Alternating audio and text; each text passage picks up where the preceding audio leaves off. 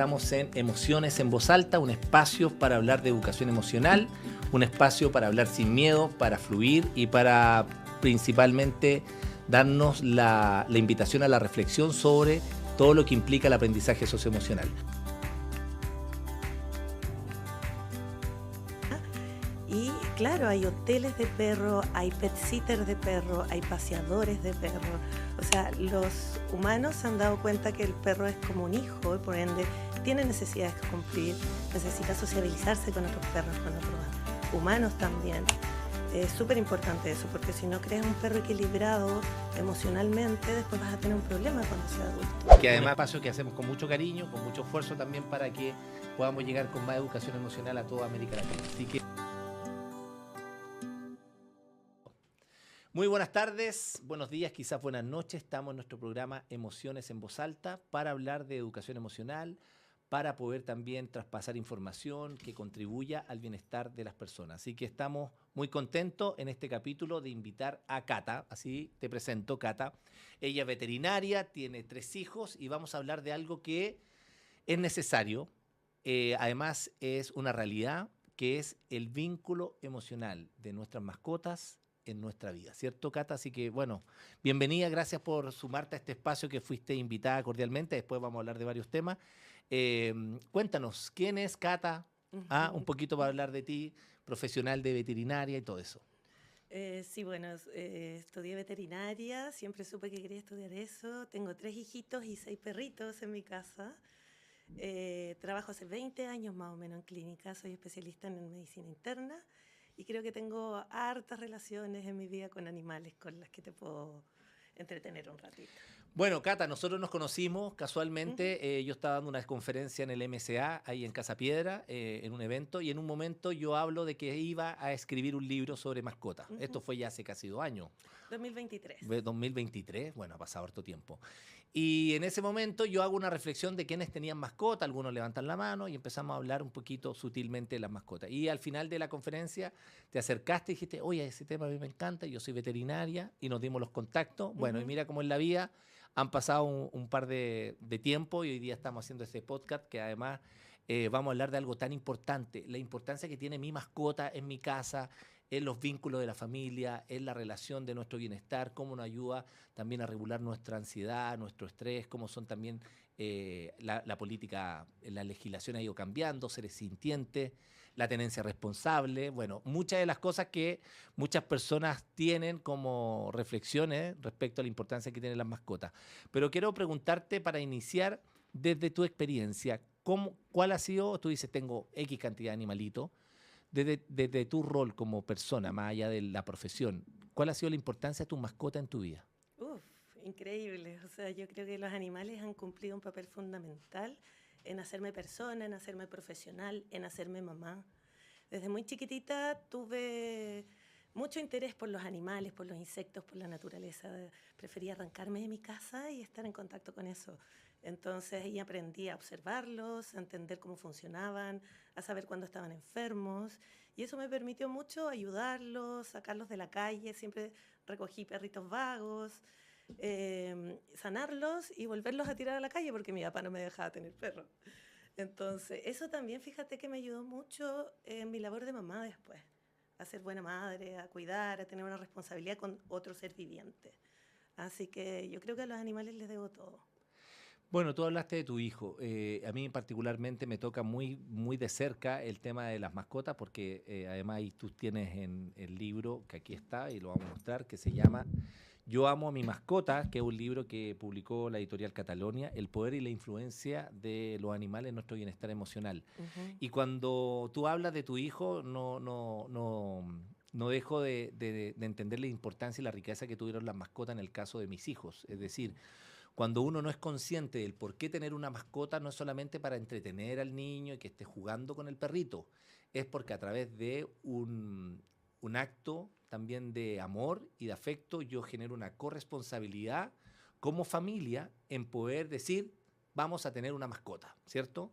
Claro. Y detrás de esa toma de decisión hay consenso, hay acuerdo y también hay obligaciones de los niños de cuidarlo, de alimentarlo, de protegerlo. Y desde ahí creo que es la primera reflexión que que creo que es muy rica en la construcción del poder entender como la adopción como una vía muy buena para desarrollar la empatía en los niños, pero también de la corresponsabilidad en el ámbito que yo te decía recién, del cuidado del animal. En el caso mío, mis hijos tuvieron un vínculo maravilloso durante 14 años con la Clarita, que es la perrita que tuvimos, y cuando falleció fue un luto familiar y fue súper complejo, y desde ahí nace este libro. Es decir, yo lo viví en carne propia y desde ahí me empecé a dar cuenta de cómo funcionaban las distintas realidades de muchas personas en torno a los animales. Entonces, mi primera pregunta, y un poco tomando también lo que mencionaba reflexión, ¿cómo los animales influyen en los niños? Maravillosamente, maravillosamente. Yo creo que los animales son bien parecidos a los niños. Son seres que vienen libres, sin ningún complejo, que tienen su alma abierta, muchas cosas. Y, y me ha pasado mucho que los niños se van criando junto con los animales y van creciendo, evolucionando. Además que como los niños ven que son seres un poquito más desvalidos, por decirlo de alguna forma, que dependen 100% de nosotros, sobre todo los perros, los gatos no tanto, eso les ayuda a tener responsabilidad, alimentación, limpiar sus caquitas, darles comida, darles cobijo. Entonces eso creo que genera un ser humano más empático y con más conciencia social. Ahora, dentro de eso, cuando uno ya empieza a entender las situaciones que van modificándose en la construcción de relaciones con el animal, las dinámicas de la familia también cambian. Hoy día sabemos, y yo lo veo por experiencia propia, no solamente conmigo, era súper difícil ir de vacaciones. Vamos con la perrita o la dejamos con alguien que la cuida. No, no vamos a ir con ella. Entonces era una discusión que se ponía en torno a la mascota. Y desde eso también empezaron a darse hoy día, en los últimos periodos de tiempo, en los últimos años, tenemos hoteles para perros, tenemos cementerios para animalitos, tenemos, bueno, espacios en restaurante, en cafetería. ¿Cómo ha ido modificándose eso gradualmente y desde tu propio rol como veterinaria? Es decir, tú recibes a una sociedad con distintas necesidades y con distintas problemáticas. ¿Cómo lo ves en tu consulta? ¿Cuáles son los temas que hoy día afloran frente al tema de los animales? Mira, para mí es maravilloso. Siempre pensé en que llegaría este momento en que el animal fuera una parte importante de la familia como lo es ahora. Y claro, hay hoteles de perro, hay pet sitters de perro, hay paseadores de perro. O sea, los humanos se han dado cuenta que el perro es como un hijo, y por ende tiene necesidades que cumplir, necesita sociabilizarse con otros perros, con otros humanos también. Es súper importante eso, porque si no creas un perro equilibrado emocionalmente, después vas a tener un problema cuando sea adulto. La sociedad ha ido cambiando, ahora hay parques en las plazas donde se juntan todos los perritos a jugar. Y eso es súper bonito porque en el fondo se van viendo diferentes caracteres. Los humanos también están más asidos a sacar a sus animales, ya entienden que el paseo y la sociabilización es parte del cuidado. Y eso ha ido generando un montón de negocios en el fondo con respecto a los animales. Sí, el mercado de los animales hace 10 años era pequeñito y ahora es súper grande.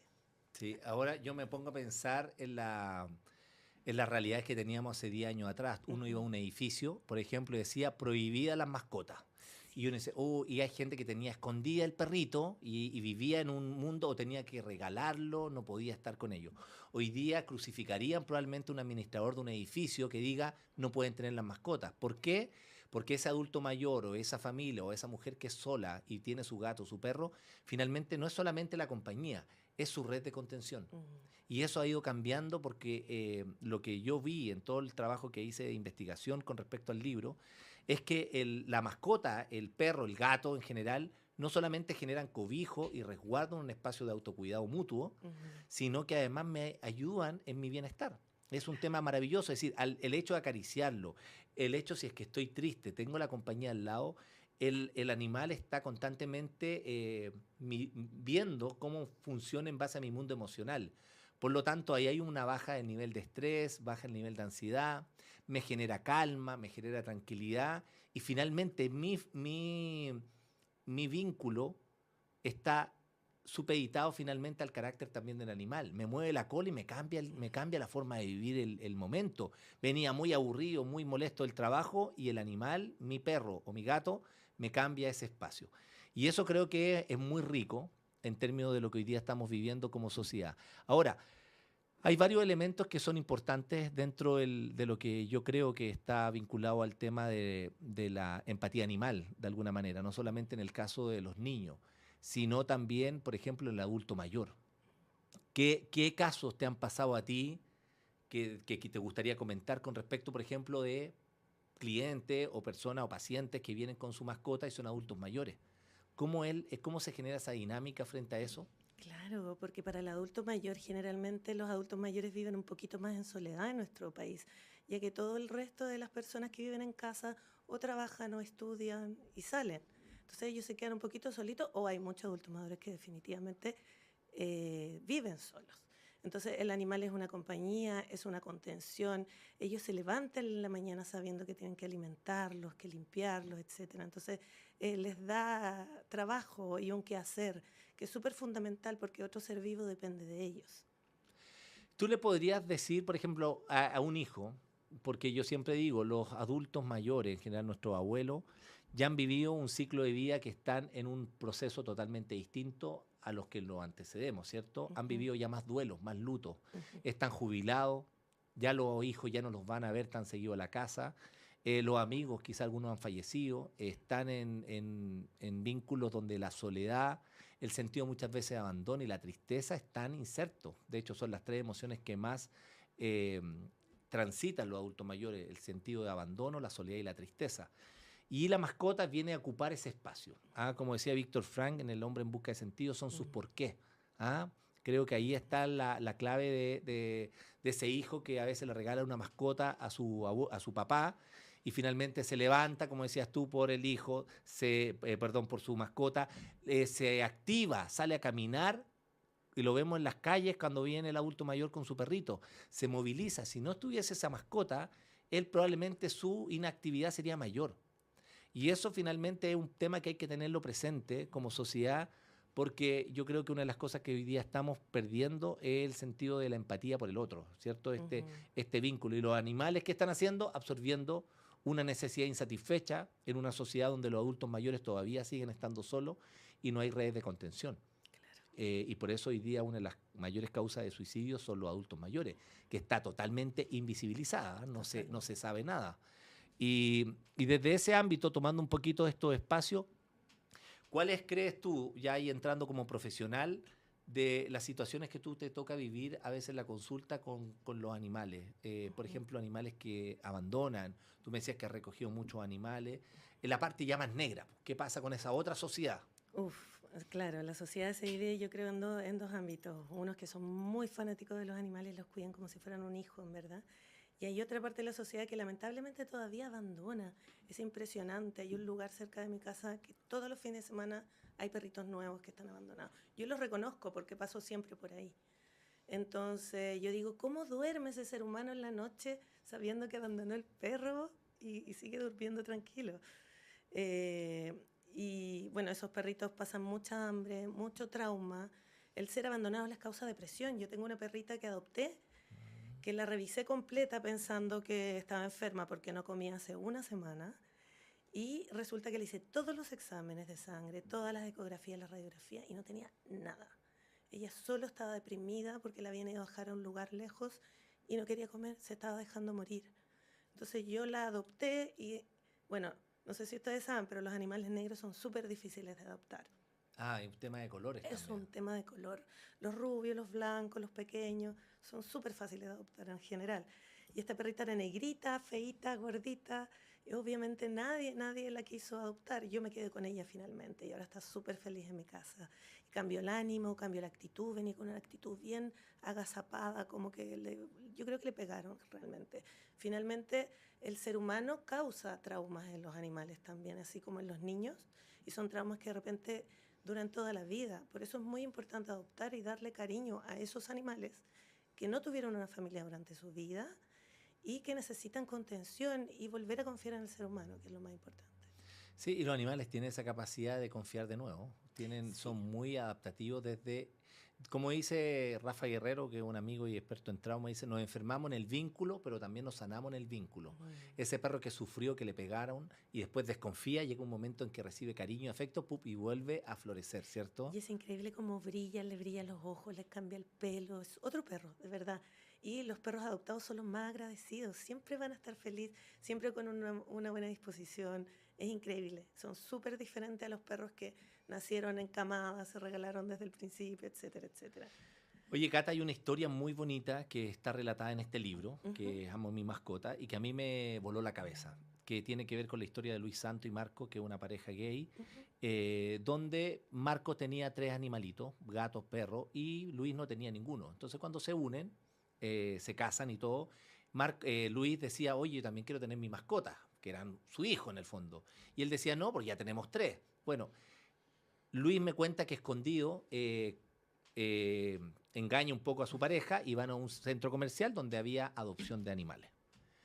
Y en ese proceso, Marco se da cuenta que fue engañado y entonces le dije, ya, perfecto, vamos ¿cómo se llama?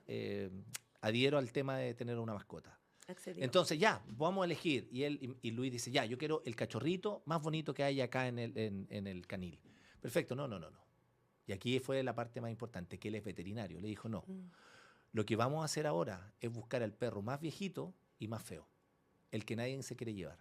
Porque lo que nosotros podemos hacer en la calidad de tiempo que le queda a ese animal puede ser el tiempo más valioso que va a tener ese animal en este mundo. Porque casi todos nosotros pensamos en el perro bonito, hermoso y cachorrito. Pero ese perro que quedó en el canil y que nadie lo vio y que es feíto y que está viejo, finalmente son los que más amor necesitan muchas veces y que muchas veces van a morir en un canil. Entonces ahí viene la reflexión que finalmente Marco me dice, y Luis, es hoy día ese perro que está con ellos es el perro más feliz y más agradecido y más tierno y más cariñoso que pueden ellos convivir y lo aman tremendamente.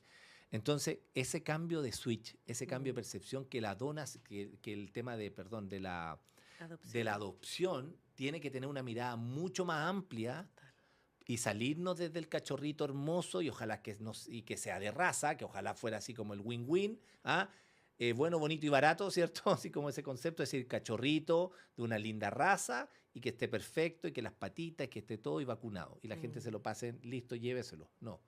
El trabajo también de altruismo y de una mirada también compasiva con el otro nace también de mi genuina intención de intentar aliviar el dolor de otro ser humano, en este caso de otro ser vivo como un animal. Yo tengo una campaña. Dale, cuenta. Que se llama Adopta un viejito. Ya, y les explico a los dueños que en el fondo un perro dura 16 años. Es un proyecto a largo plazo. De repente hay adultos que se quedan sin sus hijos, nido vacío, no sé qué. Entonces, adoptar un viejito es un proyecto a corto plazo. Y como dices tú, tienes la capacidad de darle la mejor calidad de vida a ese perro que probablemente nunca tuvo una familia y siempre estuvo dando bote. Entonces, los perros de verdad cambian, se sienten amados, se sienten cobijados y, como te digo, brillan, les cambia el pelo. Es hermoso verlos cambiar, súper bonito. Perfecto.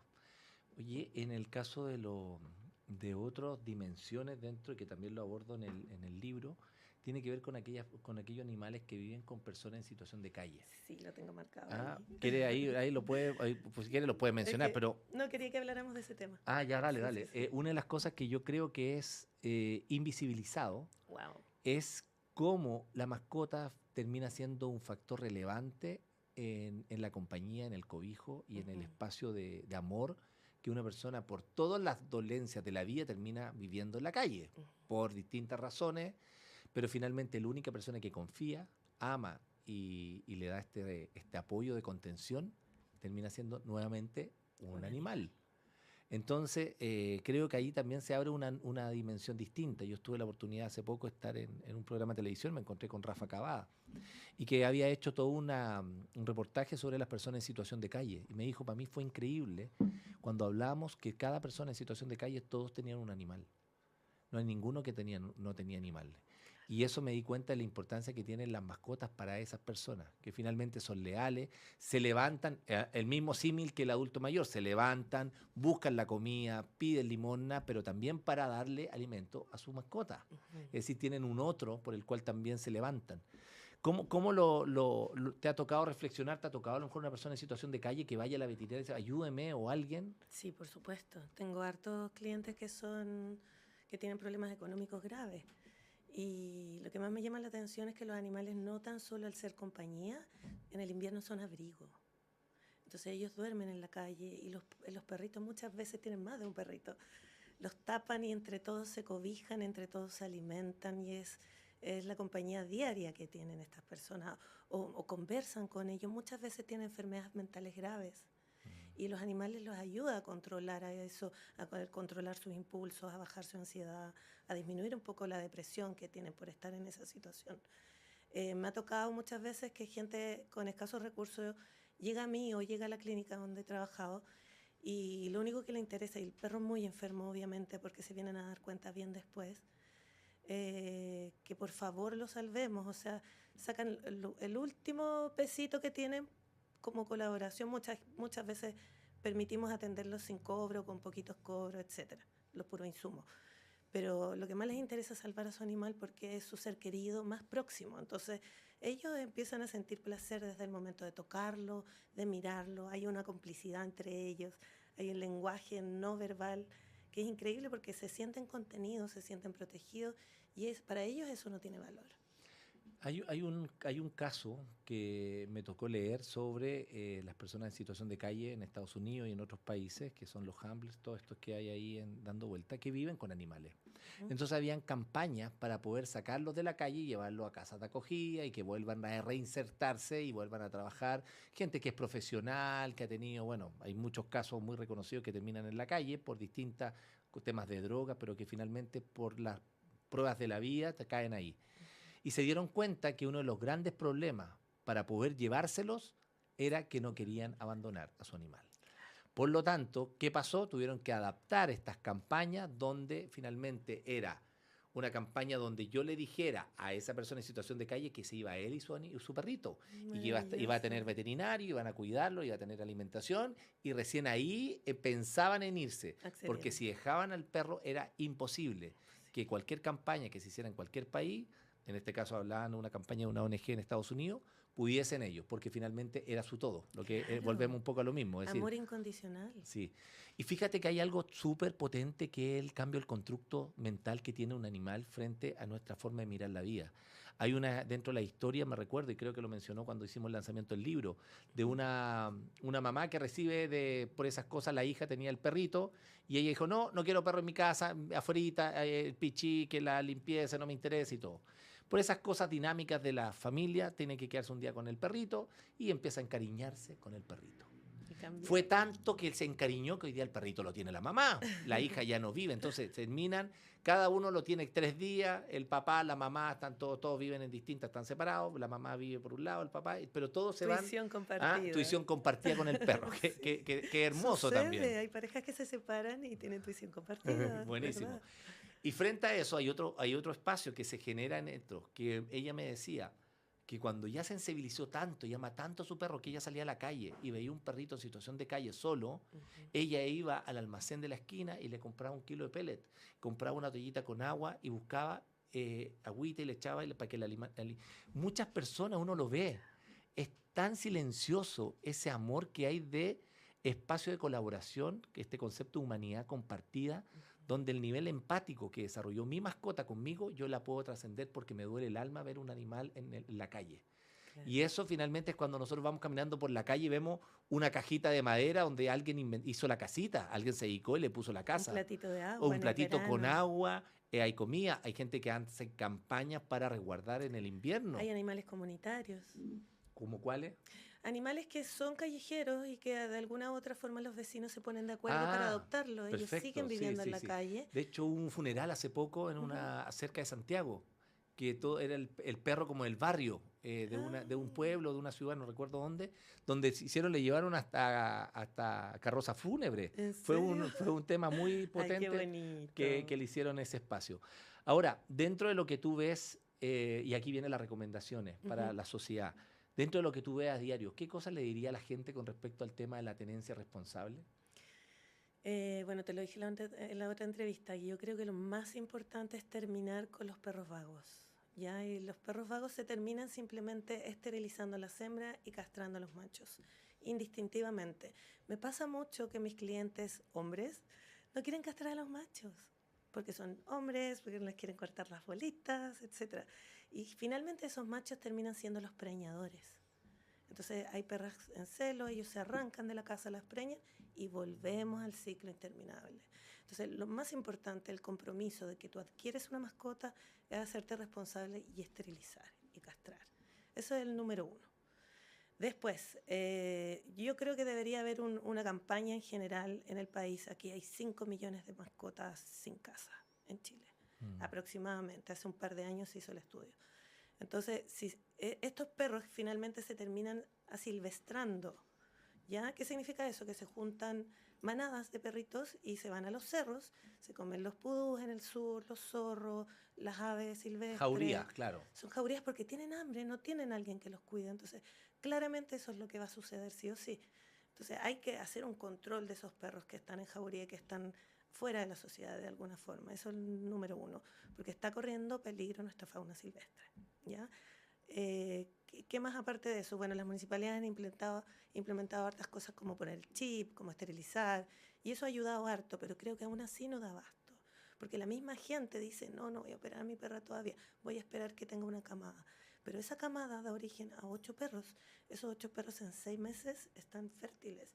Y así es una pirámide interminable. Entonces, creo que lo principal es eso.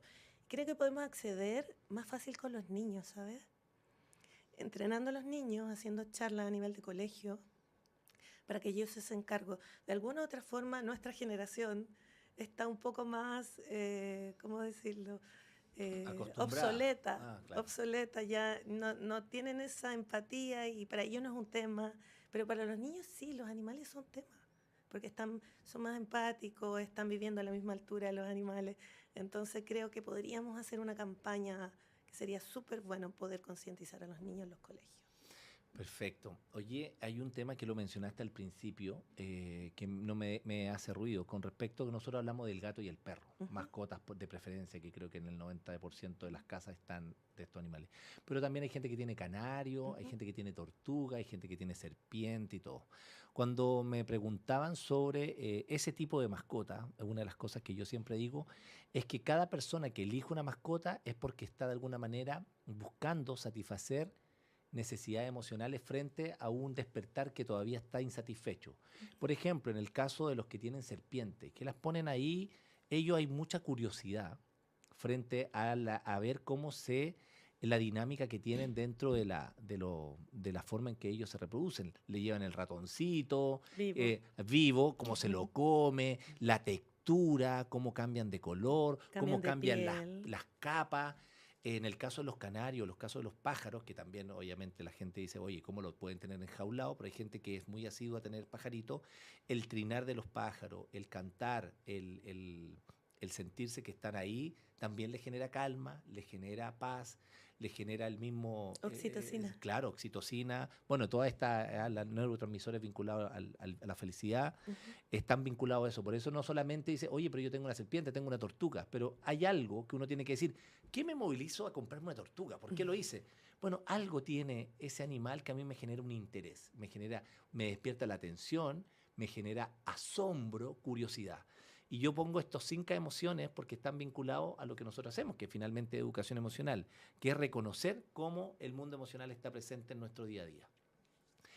Bueno, Cata, en honor al tiempo, ¿qué te gustaría decirle así para las personas que eventualmente te puedan escuchar frente a un mensaje como veterinaria que ama a los animales para poder decirles hagan esto, cuiden de este lado? ¿Por dónde te gustaría movilizar algunas palancas? Súper importante esa pregunta. Creo que hay mucho que hacer ya, y creo que cada uno puede ir trabajando con lo suyo y en el fondo podemos armar comunidad. Súper importante el tema de la reproducción, que ya lo mencioné. También es importante mantener su salud, en el fondo, que no esperes a que tu animal esté muy enfermo para llevarlo al veterinario.